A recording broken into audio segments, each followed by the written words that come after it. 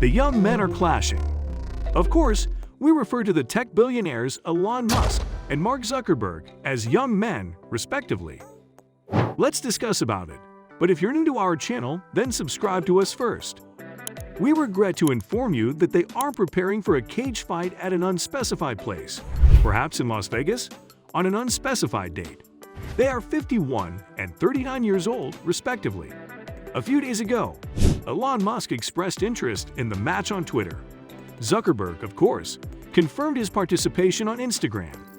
Despite the back-and-forth social media teasing between Musk and Zuckerberg, and the claim that both guys are absolutely dead serious, according to Ultimate Fighting Championship, UFC, President Dana White, there is still doubt as to whether this battle will really take place.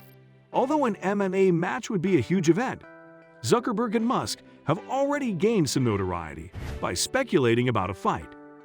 This collective cry for attention may serve as a sort of diversion from information they may wish to bury. Just prior to the cage fight news going public, Meta made the announcement that it would block access to Facebook and Instagram news in Canada as a result of the country's new law requiring such digital giants to pay local media outlets when linking to their content. Musk's reputation has also suffered in the past year. According to statistics from Morning Consult from late 2022, his net favorability among U.S. adults has dropped by 13 points. His actions have also hurt Tesla's brand. The fact that Musk and Zuckerberg are enjoying this argument also seems to be a reflection of their extreme vanity. In particular, the younger M&A fans are willing to fanboy for billionaires. According to Nate Wilcox, the proprietor of Bloody Elbow, a news website that covers M&A and other combat sports, Musk has pulled similar publicity tricks in the past, such as smoking marijuana on Joe Rogan's show or designating his dog as Twitter's CEO, with good results. Additionally, it is said that Zuckerberg has his hair cropped to resemble Augustus Caesar's. How much flesh actually makes up this beef? This entire concept may seem like a frightening fever dream, but it is real, and there is a history behind the Musk versus Zuckerberg conflict. Their beef began in 2016 with a SpaceX rocket carrying a Facebook-owned satellite. The satellite that the company now known as Meta had intended to utilize to offer internet connection in some areas of Africa was destroyed when the launch attempt failed. Perhaps a little ice has formed since then. According to statements made by Musk, Instagram, and other social media apps are bad for mental health. Recently, Musk has stated that one of his objectives for Twitter is to maximize unregretted user time, possibly taking a shot at Meta. Is Twitter actually going away? For his part, Zuckerberg hasn't tweeted in over a decade. Musk erased the Facebook accounts for Tesla and SpaceX in the wake of the 2018 Cambridge Analytica scandal, in which vast amounts of Facebook user data were improperly utilized by a private data company associated with the Trump campaign. Although the two guys aren't exactly close, the conflict between Musk and Zuckerberg is actually about the rivalry between two related companies. This rivalry intensified after Musk, reluctantly, entered the social media space last year by purchasing Twitter. Since then, Twitter has been the target of constant criticism and jeering due to its deteriorating stability, attempts to charge users for features like identity-verifying blue checkmarks, and an increase in the visibility of right-wing vitriol and hate speech. Just this week, Musk declared cisgender a slur on Twitter. A text-based social networking program similar to Twitter was being developed by Meta, according to the tech publication Platformer in March. A senior Meta official bragged that their version will be sanely run, alluding to the numerous accounts of Musk's erratic actions ever since he took control of Twitter.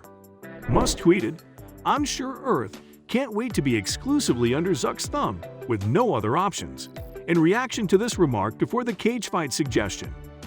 The not-so-secret intention of Mark Zuckerberg to enter the AI race. With a market price of approximately $747 billion and 3.8 billion monthly active users across all of its apps, Meta is undoubtedly the larger organization. In contrast, Twitter had a market cap of about $41 billion when Musk took it private and had over 368 million monthly active users in 2022. But the language is also classic Elon, portraying himself as the defender of the common man, promising to establish an egalitarian town square with free speech, and opposing oppressive rulers. Who would win if Musk and Zuckerberg got into a fight? It's challenging to forecast whether Musk or Zuckerberg would win. It's always a crapshoot when amateur, non-athletes try to compete in fight sports, according to Wilcox. You haven't really seen these folks fight competitively before, so you don't really know what to anticipate. The closest Zuckerberg has gone is the lowest level of amateur jiu-jitsu competition, where he has achieved a white belt, the first rank of 5 in proficiency. He might have a minor advantage over Musk because Musk seems to have never done something similar. Considering that Zuckerberg is 12 years younger than the average person, he might be more agile. Due to this, some MMA enthusiasts are placing bets on him. Musk is larger, albeit he recently shed weight, presumably as a result of his Ozempic medication, and that can be a significant advantage in mixed martial arts. The founder of Twitter himself said as much. "I have this great move that I call the walrus, where I just lie on top of my opponent and do nothing," he tweeted. Zuckerberg weighs less than 154 pounds, while Musk is said to weigh 187 pounds. But betting on either of them is a dangerous move. If Musk and Zuckerberg engaged in a fight similar to that of the UFC, it would need to be governed, and that regulation would probably include security standards like helmets that would set a limit on how deadly it could be. The only thing I can truly guarantee about the conclusion of the fight is that both men will look foolish, and if one of them has a clear physical edge over the other, it won't be fun to watch unless you like seeing people get beat up, Wilcox said. Why, in any case, would two billionaires whose intellectual property is well-known fight? All of us are caught up in the attention economy's hamster wheel, and the owners of two well-liked social networking sites are aware of this. For decades, digital billionaires have been treated as modern-day gods. Their wealth is based not only on the technologies they claim to disrupt, but also on how hip, savvy, and smart their audience thinks they are. Consider Elon Musk's devoted followers, who appear to take what he tweets as scripture to live by. Musk had already developed a cult of personality even before the disastrous Twitter acquisition, something unlike the passionate adoration that has surrounded Apple co-founder Steve Jobs. Trials faced by Elon Musk. Zuckerberg, in comparison, has never experienced a widespread wave of popularity, especially in the wake of the 2018 Cambridge Analytica scandal. The Morning Consult survey that documented Musk's decline in popularity also revealed that Zuckerberg's public favorability was the lowest among the CEOs examined. He has frequently been perceived by the public as being a little awkward and difficult to relate to. He has been the target of countless memes.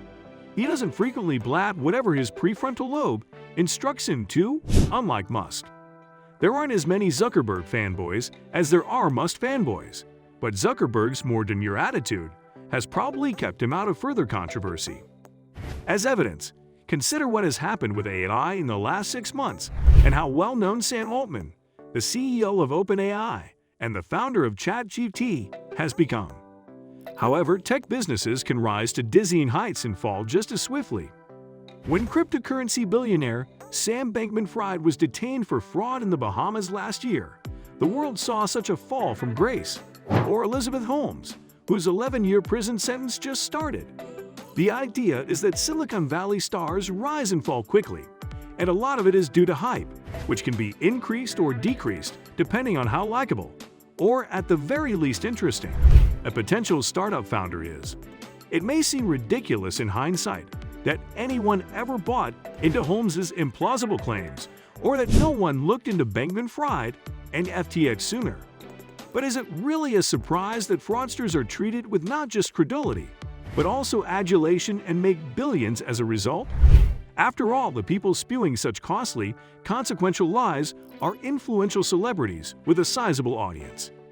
In other words, clout is a huge asset, particularly for CEOs and founders striving in the volatile business.